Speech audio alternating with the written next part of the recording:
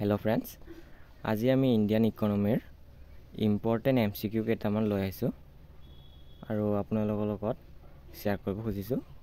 আশা কৰো আপোনালোকৰ কাৰণে এইটো কম্পিটিটিভ এক্সামৰ কাৰণে এই কুৱেশ্যন কেইটা সহায়ক হ'ব। বলক তেতিয়াহ'লে আমি প্ৰথম কুৱেশ্যনটো চাওঁ। প্ৰথম কুৱেশ্যনটো হৈছে ভাৰতত কি অৰ্থনীতি বিৰাজমান? ভাৰতত কি অৰ্থনীতি বিৰাজমান? অপশন নম্বৰ এ সমাজবাদী অৰ্থনীতি, অপশন নম্বৰ বি গান্ধীবাদী অৰ্থনীতি, অপশন নম্বৰ সি মিশ্ৰিত অৰ্থনীতি, অপশন নম্বৰ ডি মুক্ত অৰ্থনীতি। আপোনালোকে যদি জানে ইয়াৰ শুদ্ধ উত্তৰটো কমেণ্টত ক'ব। ইয়াৰ শুদ্ধ উত্তৰটো হৈছে অপশন নম্বৰ সি মিশ্ৰিত অৰ্থনীতি। কাইণ্ডলি আপোনালোকে নোট ডাউন কৰি ল'ব, সহায় হ'ব বুলি মই ভাবোঁ। ইয়াৰ দ্বিতীয় কুৱেশ্যনটো চাওঁ আমি।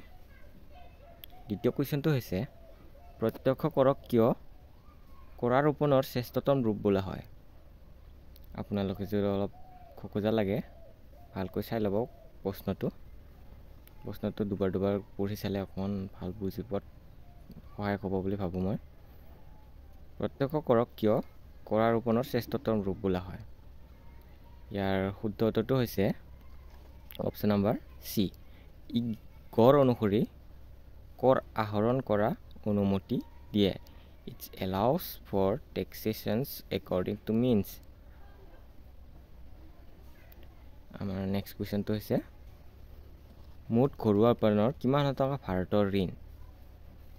মুঠ ঘৰুৱা উৎপাদনৰ কিমান শতাংশ ভাৰতৰ GDP? ইয়াৰ শুদ্ধ উত্তৰটো হৈছে আপোনালোকে জানে বুলি ভাবোঁ, এইটো অতিকৈ সহজ। ইয়াৰ শুদ্ধ উত্তৰটো হৈছে অপশ্যন নম্বৰ চি 21%। আমাৰ মুঠ ঘৰুৱা উৎপাদনৰ 21% ভাৰতৰ GDP।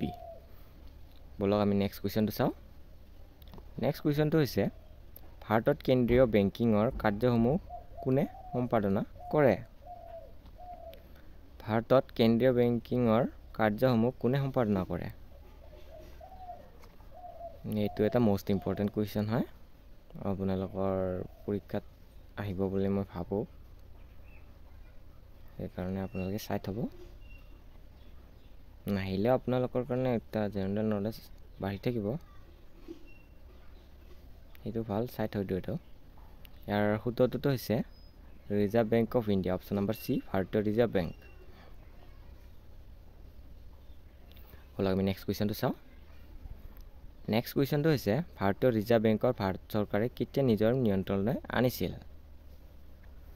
ভাৰতীয় ৰিজাৰ্ভ বেংকক ভাৰত চৰকাৰে কেতিয়া নিজৰ নিয়ন্ত্ৰণলৈ আনিছিল? ইয়াৰ যদি আমি অপশ্যনকেইটা চাওঁ, অপশ্যন এ দিয়া আছে 1945, অপশ্যন বি দিয়া আছে 1948, অপশ্যন চি দিয়া আছে 1952, অপশ্যন ডি দিয়া আছে 1956। ইয়াৰ শুদ্ধ উত্তৰটো যদি আপোনালোকে জানে কমেণ্ট বক্সত ক'ব। ইয়াৰ শুদ্ধ উত্তৰটো হৈছে 1948। বলক আৰু নেক্সট কুৱেশ্যনটো চাওঁ। ভাৰতত সেৱা কৰ প্ৰথম কেতিয়াৰ পৰা আৰম্ভ কৰা হৈছিল? এইটো এটা ভাল কুৱেশ্যন, এইটো মষ্ট ইম্পৰ্টেণ্ট কুৱেশ্যন বুলি মই ভাবোঁ। ভাৰতত সেৱা কৰ প্ৰথম কেতিয়াৰ পৰা আৰম্ভ কৰা হৈছিল? Service tax.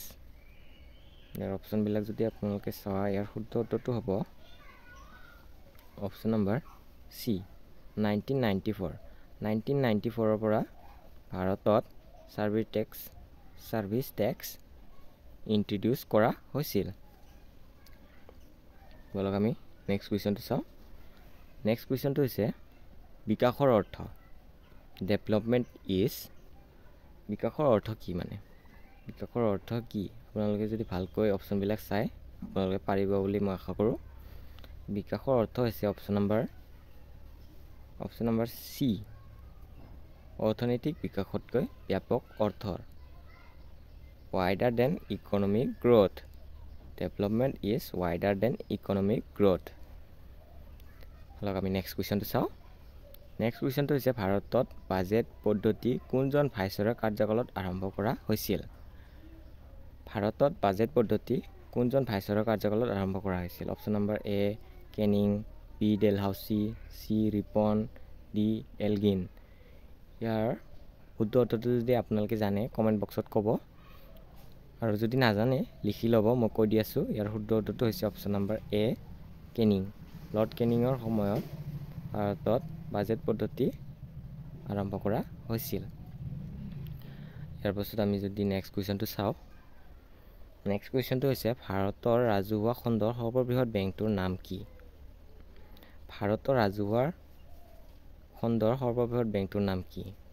The largest public sector bank in India is option number A, Central Bank, B, State Bank of India, C, Punjab National Bank, D, Indian Overseas Bank.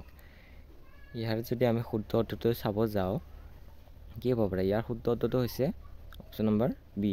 জানিব লাগে আপোনালোকে, এইটো important question. Option number B, SBI অৰ্থাৎ ভাৰতীয় state bank হৈছে আমাৰ public ছেক্টৰৰ ডাঙৰ bank ইণ্ডিয়াৰ। ইয়াৰ নেক্সট কুৱেশ্যনটো হৈছে ভাৰতীয় একটকীয়া নোটত কাৰ স্বাক্ষৰ থাকে? ভাৰতীয় একটকীয়া নোটত কাৰ স্বাক্ষৰ থাকে? অপশ্যন নম্বৰ যদি আপোনালোকে অপশ্যন কেইটা চায়, এ অপশ্যনটো বিত্তীয় সচিব, বি অপশ্যনটো ভাৰতৰ ৰাষ্ট্ৰপতি, চি অপশ্যনটো ভাৰতৰ প্ৰধানমন্ত্ৰী, ডি অপশ্যনটো ভাৰতীয় ৰিজাৰ্ভ বেংকৰ গভৰ্ণৰ। এতিয়া ইয়াৰ শুদ্ধ উত্তৰটো হৈছে option number A. Option number A is the correct answer. The finance secretary, বিত্তীয় সচিবৰ স্বাক্ষৰ বা ছিগনেচাৰ থাকে। এইকেইটা হৈছে আজি 10টা আমি আলোচনা কৰা ইণ্ডিয়ান ইকনমিক্সৰ ইকনমিৰ কুৱেশ্যন। আপোনালোকে যদি সহায়ক হয় বুলি ভাবে লাইক এটা কৰিব। ধন্যবাদ।